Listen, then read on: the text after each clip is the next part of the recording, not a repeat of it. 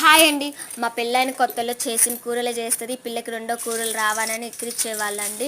నేను ఆ పంతానికి మా ఇంట్లో ఒక 2-3 కూరగాయలు ఎక్కువగా ఉంటాయండి. ఇంకా అలా కలిసి చేసేదాన్ని అండి. అప్పుడు స్టార్ట్ చేశానండి కర్రీస్, మంచి మంచి కర్రీస్. ఇప్పటికి కొత్త కొత్తవి నేర్చుకొని చేస్తానండి. దాంట్లో నా ఫేవరెట్ ఈ కర్రీ అని ఏం లేదండి. స్టవ్ మీద గిన్నె పెట్టుకొని తగినంత నూనె వేసుకొని, నూనె కాగినాక పోపు దినుసులు వేసుకున్నాక ఉల్లిపాయ ముక్కలు బాగా వేగినాక అల్లం వెల్లుల్లి పేస్ట్ కూడా వేసుకొని అది పచ్చివాసన పోయిందా ఫ్రై చేసుకున్న తర్వాత ఆలుగడ్డ ముక్కలు వేసుకొని కలిసేటట్టు కలుపుకొని మీడియం ఫ్లేమ్లో ఒక 3 నిమిషాలు మగ్గించుకున్న తర్వాత వంకాయ ముక్కలు, మెంతి కూర, టమాటా వేసుకొని కలిసేటట్టు కలుపుకొని మూత పెట్టేసి 10 నిమిషాలు ఉడికించుకున్నాక ఉప్పు, పసుపు అవి కూడా వేసుకొని 2 నిమిషాలు వేయించుకున్న తర్వాత ఇప్పుడు కూరకు సరిపోయినంత కారం కూడా వేసుకొని కలిసేటట్టు కలుపుకున్నాక గ్లాస్ వాటర్ వేసేసి కలిసేటట్టు కలుపుకొని మీడియం ఫ్లేమ్లో దించుకునేటప్పుడు ధనియాలు, వెల్లుల్లిపాయలు వేసుకుంటే చాలా అంటే చాలా టేస్ట్